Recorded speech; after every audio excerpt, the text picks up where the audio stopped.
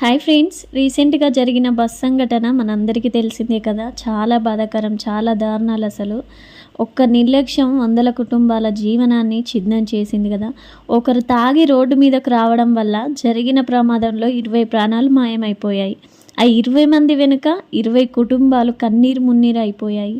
ప్రతి ఇంట్లో ఆవేదన మాత్రం మిగిలింది కదా. మరణించిన ఆ శంకర్ కుటుంబం కూడా రోడ్డున పడిపోయింది. ఒక తప్పుడు అడుగు జీవితం మొత్తం జీవితాన్నే మార్చేసింది కదా. బస్సు డ్రైవరు, క్లీనరు, యాజమాని జైలు పాలయ్యారు.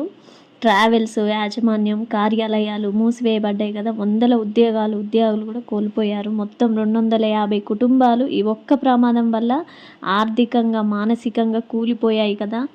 దీనంతటి కారణం ఎవరు? ఓన్లీ తాగుడు వల్లనే కదా మిస్టేక్ జరిగింది.